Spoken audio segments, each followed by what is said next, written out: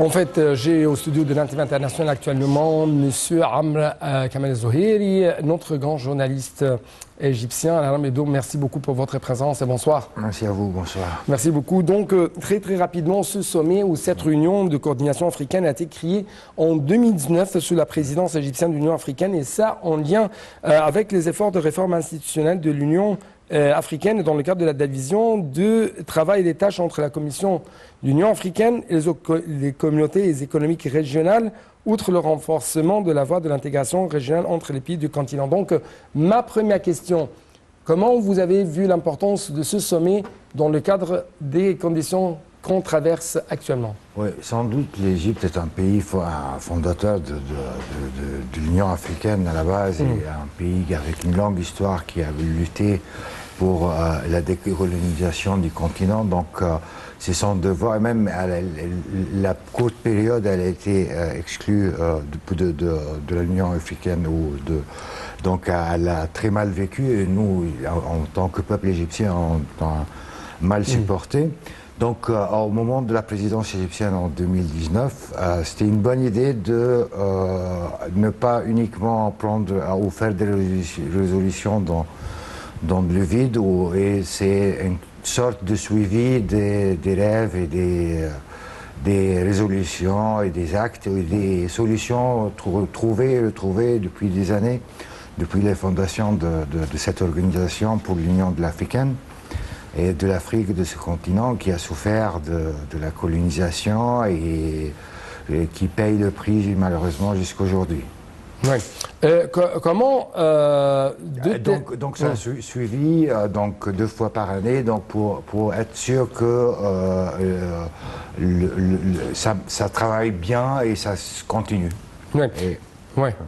Il y a déjà une motivation politique chez les politiques dans dans l'ensemble du continent. Les 52 donc ou plus présidents ou chefs d'État ou de gouvernement sont très motivés à prendre en compte les rêves de ce continent. Oui. Comment vous avez vu ce qui a été souligné par M. le Président en ce qui concerne les conditions mondiales et régionales poussent les divers pays africains à s'intégrer, à accélérer leur intégration, leur complémentarité économique, régionale et ainsi de suite? Sans aucun doute également, l'Afrique est un continent jeune. À peu près 80% de la population en moins de 40% à 40 ans, années. Donc c'est un continent jeune. Et qui est donc prometteur pour trouver des bonnes solutions pour l'ensemble de l'humanité. Donc recréer une nouvelle Amazonie, prendre en charge la faune et la flore, et donc réorganiser plus ou moins les ressources avec une perspective ou une logique du développement durable et de prospérité à l'intérieur du continent, pour les habitants du continent, des jeunes et des femmes et des gens qui ont souffert de sous-développement depuis des années et des siècles, comme on a vu dans un clip à l'occasion, qui vient de passer, ou même dans les clips en représentant l'Afrique, la plupart du temps, il y a des images qui démontrent un sous-développement. Cela ne devrait pas être dans un continent qui est, on peut dire, sans aucun... peut-être sans penser que c'est un des plus grande cause de richesse de l'Occident, de l'Europe et des États-Unis. Donc c'est un continent qui a participé pendant des siècles et à un développement universel et humain. Donc c'est le moment de rendre cela à l'Afrique.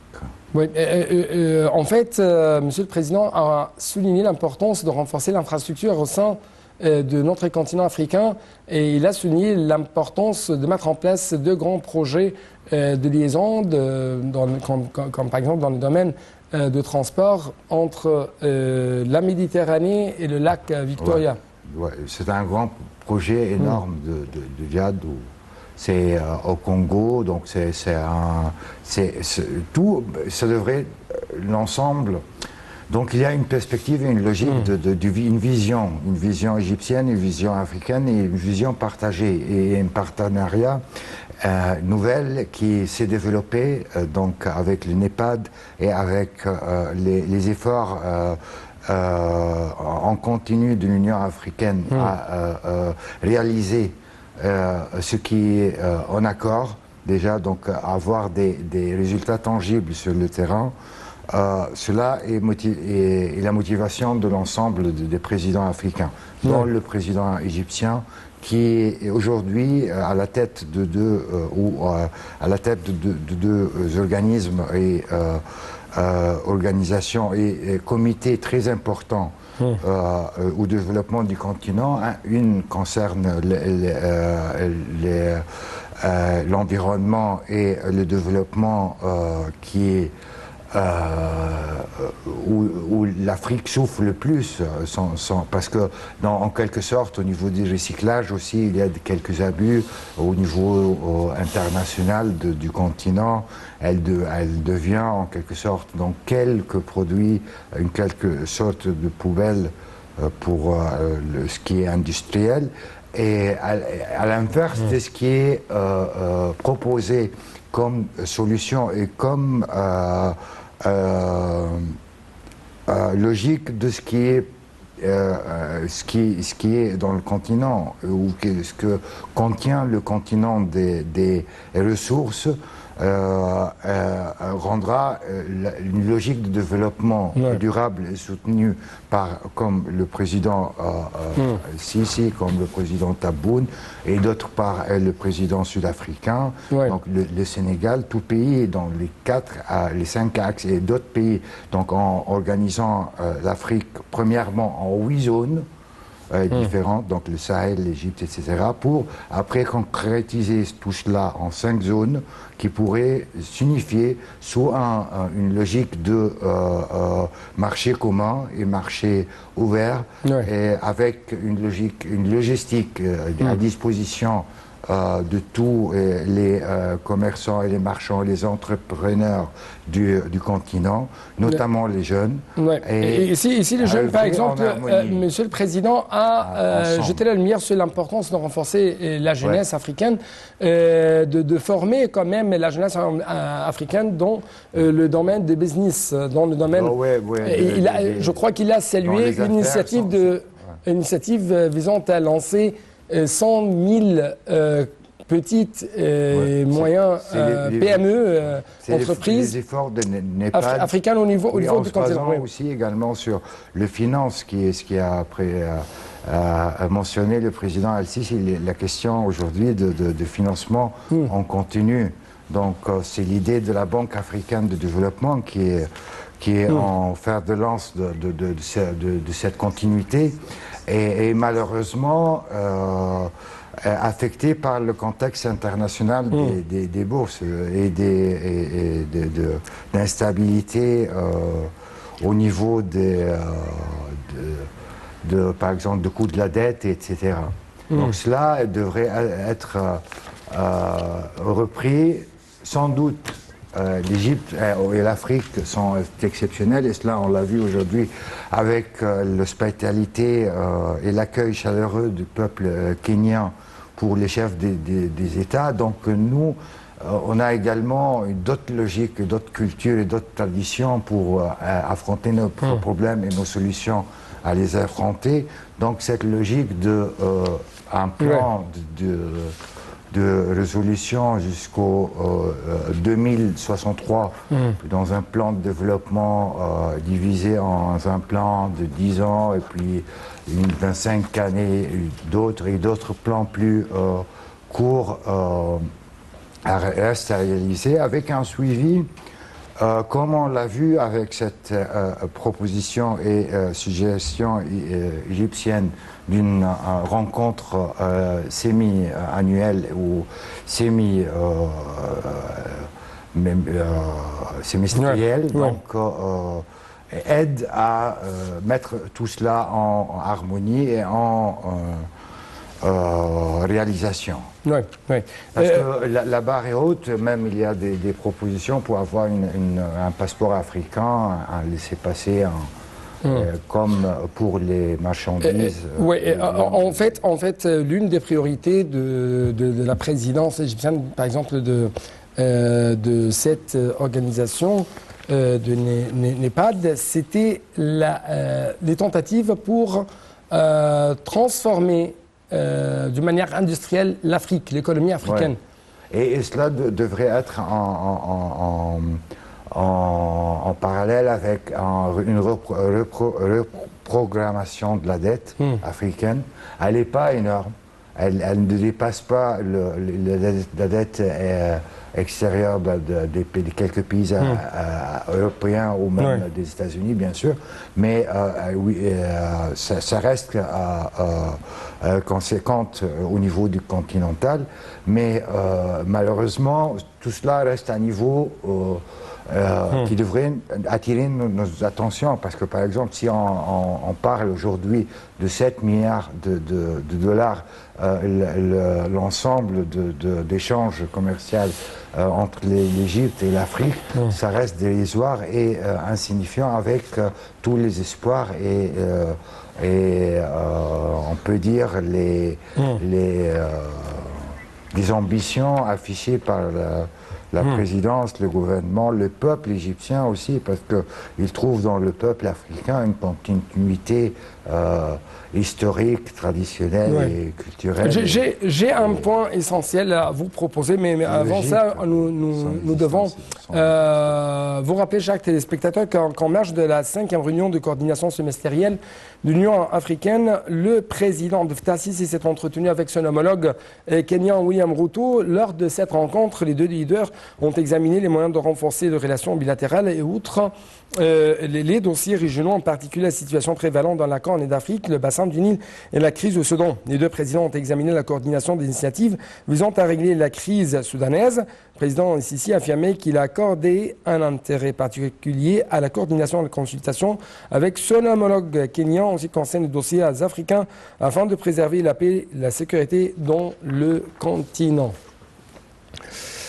Donc, encore une fois, l'un des points essentiels dans le discours du président égyptien, c'est, ou dans les messages qui ont été lancés pendant ce rassemblement africain, c'est l'importance de relier le financement à la paix, au développement, ou plutôt le financement au développement, et c'est tout à fait important de le relier avec la sécurité, la stabilité et la paix au sein des pays africains. Et cela n'est pas un secret que la paix et la stabilité sont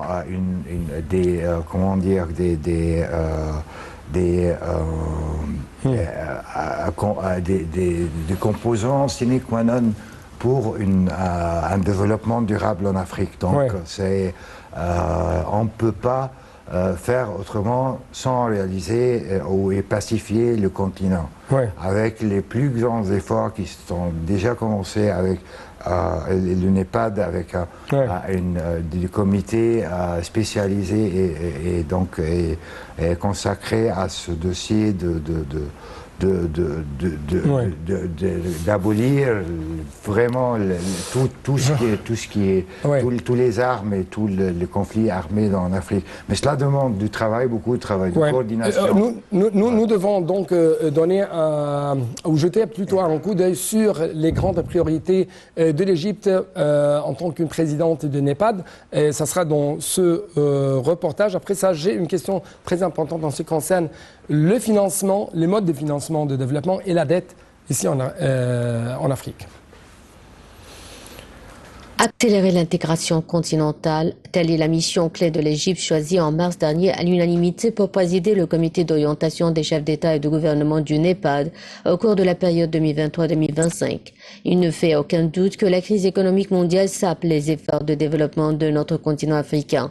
Nous devons réfléchir à de nouvelles ressources de financement non traditionnelles et multiplier les efforts avec les partenaires du continent pour résoudre la crise de la dette et remettre sur les rails la reprise économique en Afrique. C'est avec ces mots que le président Abdel Fattah al-Sisi a commencé son discours lors de la réunion virtuelle du 40e sommet du comité du NEPAD avant de passer en revue les priorités de la présidence égyptienne du comité d'orientation de l'Agence de développement de l'Union africaine. En fait, la présidence égyptienne du NEPAD s'inscrit dans la continuité des efforts déployés par l'Égypte pour le développement durable du continent. La priorité numéro 1, intensifier les efforts pour mobiliser des ressources financières dans les domaines prioritaires pour le continent africain, notamment le développement des infrastructures, a souligné le président al-Sisi. En fait, le déficit en matière d'infrastructures en Afrique est énorme, ce qui empêche le continent, malgré ses richesses, de récolter les bénéfices des investissements. C'est dans ce contexte que l'Égypte tient à participer aux nombreuses initiatives africaines préparées par le NEPAD et visant à développer les infrastructures dans des domaines comme le transport, l'énergie, la technologie de l'information et les télécommunications. Parmi les projets initiés par l'Égypte et exécutés en coopération avec le NEPAD figure la ligne de navigation reliant le lac Victoria à la Méditerranée et l'autoroute Le Caire-Cape Town. Cette dernière est l'une des principales voies de transport à travers l'Afrique, visant à renforcer l'intégration des pays du continent et réduire la durée de transport. L'Égypte a rejoint également l'initiative du NEPAD, Énergie durable pour tous, qui vise à atteindre les objectifs de transition énergétique d'ici 2030, y compris l'accès universel à une énergie propre et à un coût abordable. C'est dans ce domaine des infrastructures que l'Égypte tente également de partager son expertise. Le barrage Julius Nyerere en Tanzanie, mis en œuvre par des mains égyptiennes et tanzaniennes, est un modèle de coopération à suivre entre les pays africains dans le domaine du développement des infrastructures, a déclaré le président al-Sisi, avant d'ajouter que nous sommes tout à fait prêts à partager les expériences des entreprises égyptiennes avec d'autres pays africains frères. Repenser les modèles d'industrialisation en Afrique est une autre priorité de la présidence égyptienne du NEPAD pour soutenir la croissance de l'économie africaine qui reste peu industrialisée malgré ses nombreux atouts. Ressources naturelles abondantes, main-d'œuvre jeune et marché intérieur en pleine croissance. Dans son discours, le président a souligné que renforcer le développement des chaînes de valeur industrielle régionale est devenu une nécessité absolue pour faire face aux répercussions de la crise en Ukraine. Une troisième priorité de la présidence égyptienne du comité d'orientation du NEPAD est l'accélération de la mise en œuvre de la ZLECAf pour mettre fin à la fragmentation économique du continent. Entré en vigueur en 2019, l'accord sur la ZLECAf suscite beaucoup d'espoir pour réaliser le rêve d'une Afrique sans frontières. Toutefois, il est en retard à cause des négociations difficiles sur les règles d'origine qui permettent de déterminer le pays d'origine d'un produit. Le président a donc souligné l'importance d'achever les négociations sur les protocoles additionnels de la ZLECAf afin de bénéficier des atouts que l'accord peut apporter en termes d'opportunités d'intégration dans l'économie mondiale et de création d'emplois, en particulier pour les jeunes et les femmes. Donc, encore une fois, chers téléspectateurs, Monsieur le Président, pendant son discours en tant que président du NEPAD, il a souligné cette proposition du secrétaire de NEPAD visant à lancer une initiative l'équipe d'Afrique pour mobiliser les ressources. Et il a dit que l'Égypte va intensifier les efforts avec les partenaires internationaux, les organisations ou les institutions de financement pour traiter la crise de la dette. Donc, point essentiel, le financement de développement et la dette. Oui, parce que donc le coût de la dette est aujourd'hui différent de ce qui a été il y a 20 ans, vingtaine d'années, quarantaine d'années, il y a un siècle. Donc il y a des moments dans l'histoire de l'humanité, de quelques pays, peut-être la Suisse, le Japon, il y a des taux de dette, d'endettement négatifs, donc le taux d'intérêt négatif, donc l'endettement serait à 0%.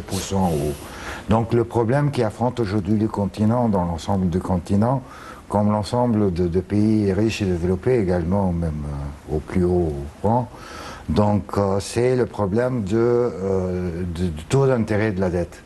Et le coût pour les intérêts de la dette, plus que la dette elle-même. Donc ça, c'est un point duquel souffre l'ensemble du continent, sans aucun doute.